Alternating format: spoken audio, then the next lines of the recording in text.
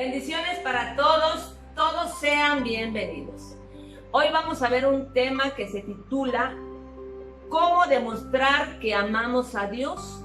Y quiero basarme en un texto muy conocido para los cristianos que se encuentra en el Evangelio de San Marcos, capítulo 12, versículo 30, que dice: y amarás al Señor tu Dios con todo tu corazón, con toda tu alma, con toda tu mente y con todas tus fuerzas. Y bueno, como así nos lo pide el Señor, pero ¿qué debemos? O sea, ¿cómo podemos demostrar que sí le estamos amando con esa magnitud? Bueno, hoy vamos a ver 3 formas de demostrarlo bíblicamente. Y comenzamos con la primera. Primero, guardando sus mandamientos. En el Evangelio de San Juan, capítulo 14, versículo 15, dice: si me amáis, guardad mis mandamientos. Pero surge la pregunta, bueno, ¿qué es guardar los mandamientos? Miren, guardar los mandamientos no es guardar la Biblia o la palabra. Lo voy a guardar en una gaveta, en un rincón, en un lugar especial. Eso no es guardar la palabra. Guardar la palabra no es solamente memorizar, la voy a guardar en mi mente, para que ella esté guardadita. Eso no es guardar los mandamientos. Más bien, guardar los mandamientos se trata de 2 cosas importantes. Y la primera es conocer la palabra del Señor, o sea, la Biblia, conocer su palabra. Porque ¿cómo la vamos a guardar si no la conocemos? O sea, ¿cómo conocerla? Por ejemplo, conocer su estructura, su contenido, sus libros, sus autores, sus divisiones. Sabemos que esta palabra está dividida en 2 tomos, el Antiguo Testamento y el Nuevo Testamento. También los libros, hay diferentes libros. Hay libros que corresponden a los libros históricos. Hay libros poéticos, hay libros proféticos y también hay evangelios y cartas. Todo eso está dividido, ¿verdad? La palabra del Señor. Y hablando de cartas, por ejemplo, el Nuevo Testamento nos han enseñado que contiene 27 libros. Y bueno, yo no sé si por eso, o sea, se trata de conocer la palabra. Realmente el Nuevo Testamento no contiene 27 libros, contiene 2 libros nada más, de verdad. ¿Por qué digo esto? O sea, contiene 27 secciones, sí, o divisiones o partes, sí contiene 27, pero no son libros. Yo no sé por qué pues le decimos libros. No, el Nuevo Testamento, los únicos libros que se consideran libros es el libro de los Hechos y el libro de Apocalipsis. Los demás son cartas. Lo que escribió Pablo, por ejemplo, fueron 13, no fueron 13 libros, fueron 13 cartas, pero no sé por qué le dicen libros. Los otros libros, como los autores como de Santiago, Judas, Juan y Pedro, no son libros, son cartas. Los evangelios, o sea, la vida de Jesús es un tomo dividido en 4 evangelios. Si lo sumamos todo, pues sí dan 27, pero son más cartas que libros. O sea, con esto le estoy dando a entender que guardar los mandamientos, primeramente, tenemos que aprender a conocer este libro. O sea, decimos un libro, este no es un libro, es un tomo con diferentes divisiones. Pero el cristiano, o sea, ¿cómo vamos a demostrar que amamos a Dios? Primeramente tenemos que conocer, porque hay cristianos que no conocen la palabra, no conocen la Biblia.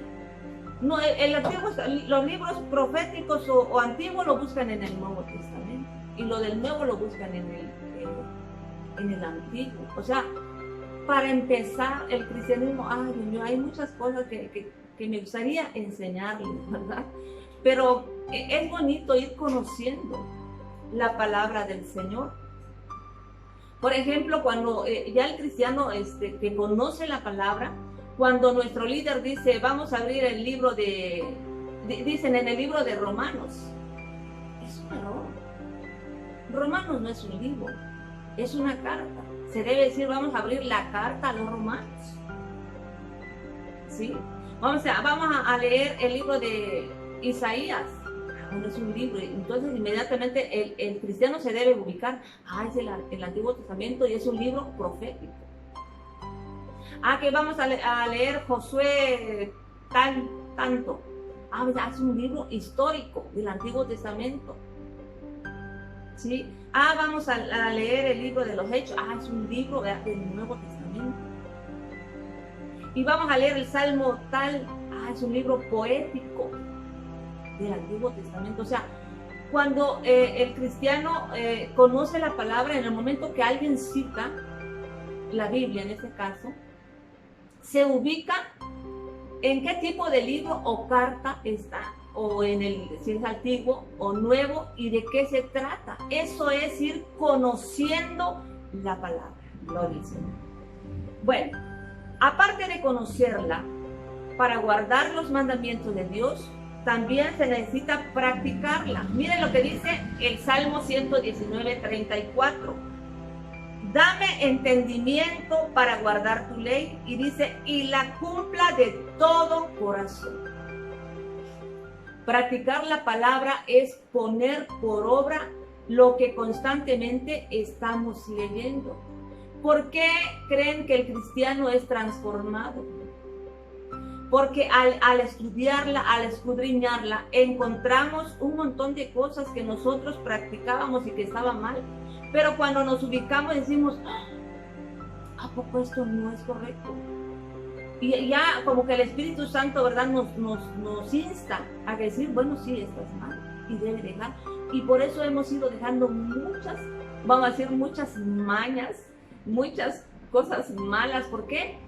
¿Pero por qué lo dejamos? ¿Quién deja eso? Cuando el cristiano decide estudiarlo. Ahí es cuando vamos siendo transformados, aunque sea de poco en poco. ¿Por qué? Porque decidimos ponerla por obra.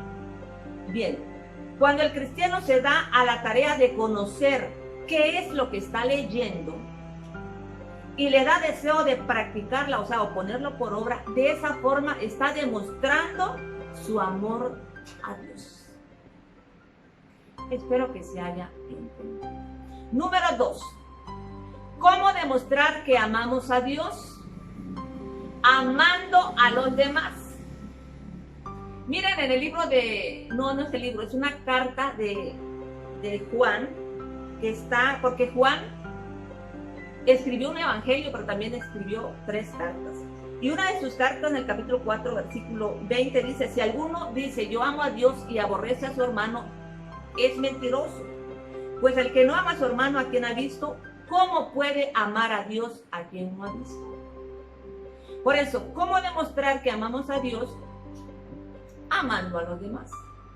Porque yo no puedo decir que amo a Dios, que nunca lo he visto, y demostrar que odio a mi hermano a quien lo estoy viendo constantemente. Eso es lo que dice la palabra del Señor.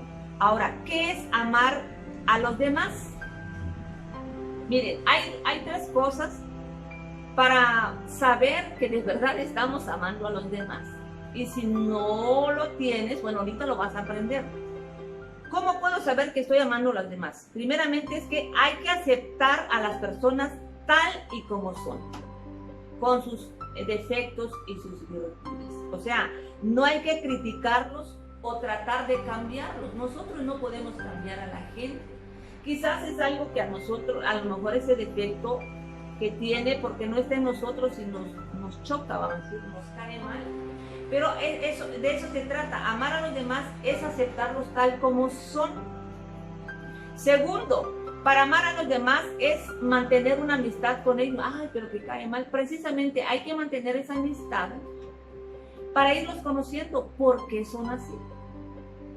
O incluso hay veces, hay personas que ya les cae mal, no porque caiga mal, sino porque ya escuchó algo de él o de ella y estamos pensando mal, pero al conocerla nos damos cuenta que no es así. La otra persona a lo mejor mintió y descubrimos que es una bella persona. Por eso es necesario mantener la amistad con esas personas que parecen que caen mal o caemos mal, ¿verdad? Porque en cuestión de defectos, dígame, ¿quién no tiene defecto? Ustedes tienen defecto, yo tengo defecto. Pero si nos aceptamos tal como somos, nos vamos a conocer, ¿sí? Y nos vamos a llegar a comprender. Y por último, para amar a los demás o saber que estamos amando a los demás, también debemos pasar por alto sus ofensas.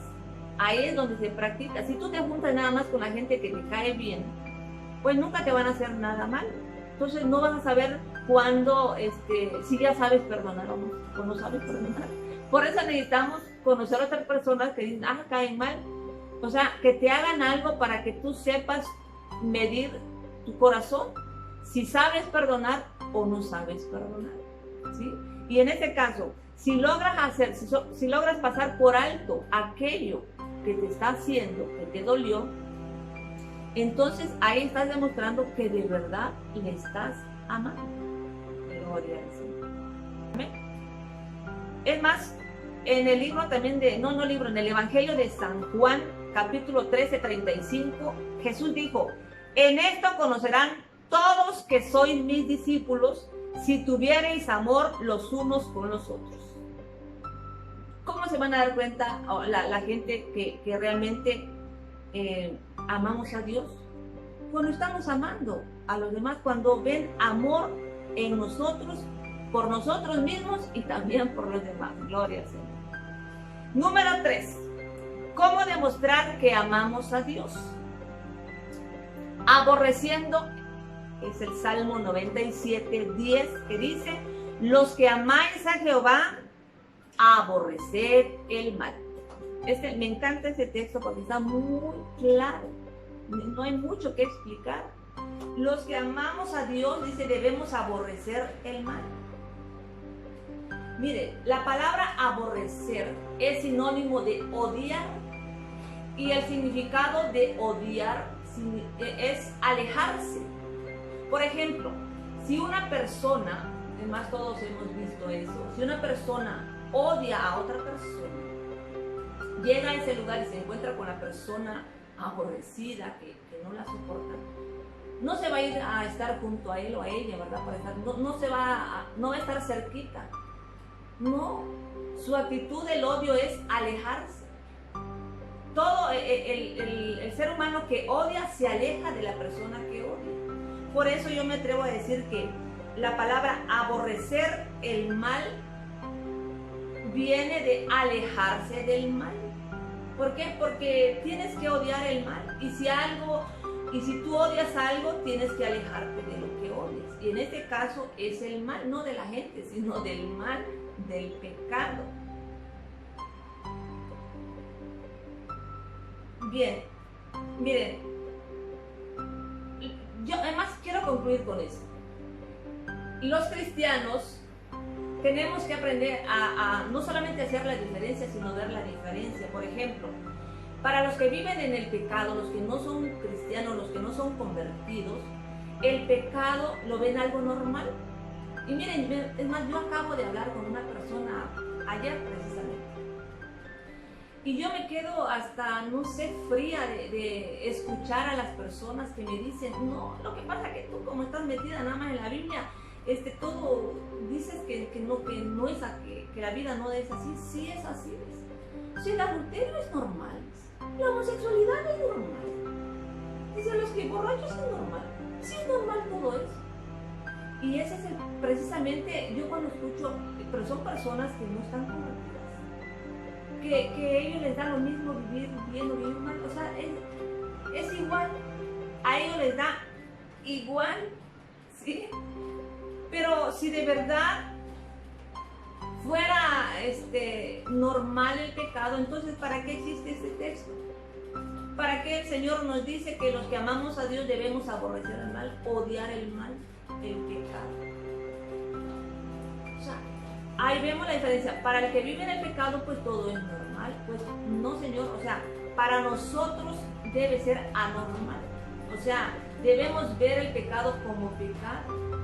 como maldad, así como Dios lo ve. Yo siempre le digo al Señor, ayúdame, Señor, a ver la maldad como algo abominable, así como tú lo ves.